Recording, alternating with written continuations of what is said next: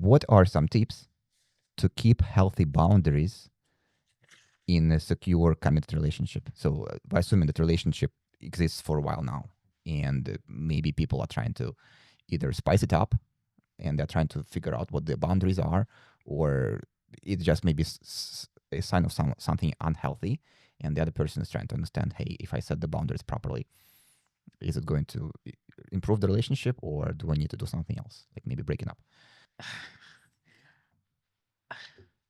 So here's the thing. I feel like it's first important to know if you're someone who values boundaries too much or not. I mean, like people always say, oh, have your boundaries, but like some people really don't have boundaries, and that's fine for them.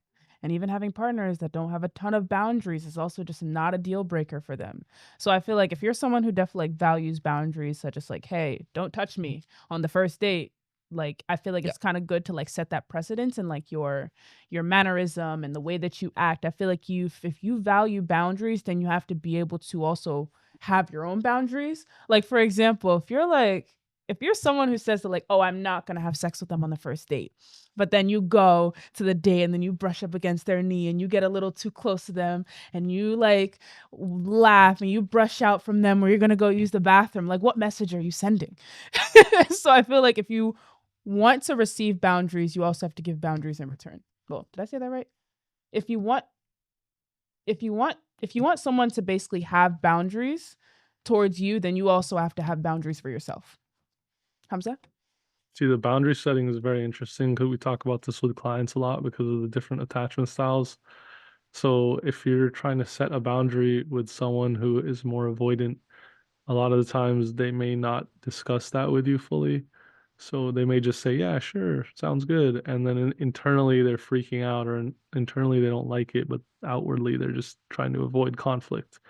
So the boundary setting needs to be done in a way that the other person can comprehend, and there needs to be enough trust and communication and like openness built up so that they can tell you how they feel when you drop the boundary.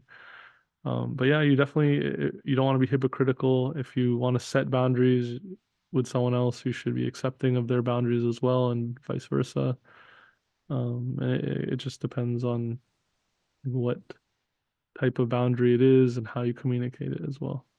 Wonderful. Yeah, and I think setting boundaries is also something that can be facilitated with the help of either therapy or a third person who is specifically trained. Like, say, maybe you are doing this with your clients, Hamza. So, if you don't feel comfortable opening up about boundaries, it may be something deeply personal to you, then having the mediator step in and set the framework to talk about this might also help. To go So up. Aaron's answer? By stating them up front, starting from the first few dates. Make it known what you will and will not tolerate in a relationship.